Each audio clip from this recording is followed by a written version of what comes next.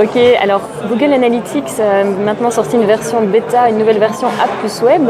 Qu'est-ce qu'on peut retenir en fait? Quelles sont les trois, allez, si on doit citer trois nouvelles fonctionnalités majeures de ce nouvel Web Analytics, qu'est-ce que c'est? Alors justement, on vient juste de sortir de la conférence très intéressante de Sébastien Monnier qui a relevé trois gros éléments qui changent dans cette nouvelle version App plus Web, donc Google Analytics V2 finalement.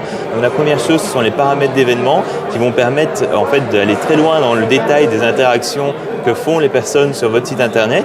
Ensuite, ça va être les sessions engagées, donc Google va automatiquement estimer en fait si c'est une session de qualité ou non, en fonction de trois critères différents. Donc c'est soit quelqu'un qui a fait plus de 10 secondes sur le site, soit qui a vu plus de 2 pages durant la session, ou alors qui a fait une conversion.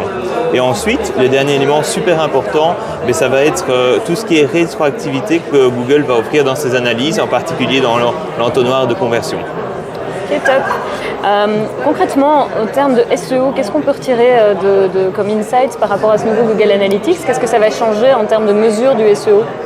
Alors la version actuelle est encore en bêta et donc il y a encore très peu finalement de choses qui permettent d'analyser le SEO, si ce n'est les segments, donc qui vont aussi pouvoir être utilisés lors des analyses rétroactivité.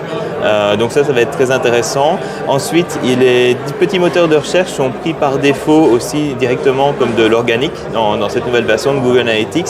Et par contre, on n'a pas encore de lien avec la Google Search Console par exemple. Les mots-clés que les internautes vont taper sur Google ne sont pas non plus diffusés à peu près comme dans l'ancienne version.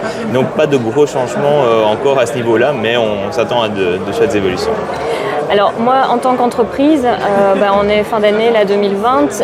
Est-ce que j'ai intérêt là maintenant à déjà installer la nouvelle version ou est-ce que j'attends un peu que ces fonctionnalités nouvelles arrivent et qu'elles soient complètes? Qu'est-ce qu'il vaut mieux faire en fait? Alors l'idéal c'est de travailler avec les deux versions, étant donné que installer la nouvelle version ne demande pas tellement d'efforts et ça va surtout permettre, lorsque Google va pousser cette nouvelle version avec l'entièreté des fonctionnalités, d'avoir déjà un historique pour pouvoir analyser une année avec l'autre. Donc nous on commande en tout cas de faire le tracking dès que possible et de travailler en parallèle avec les deux versions.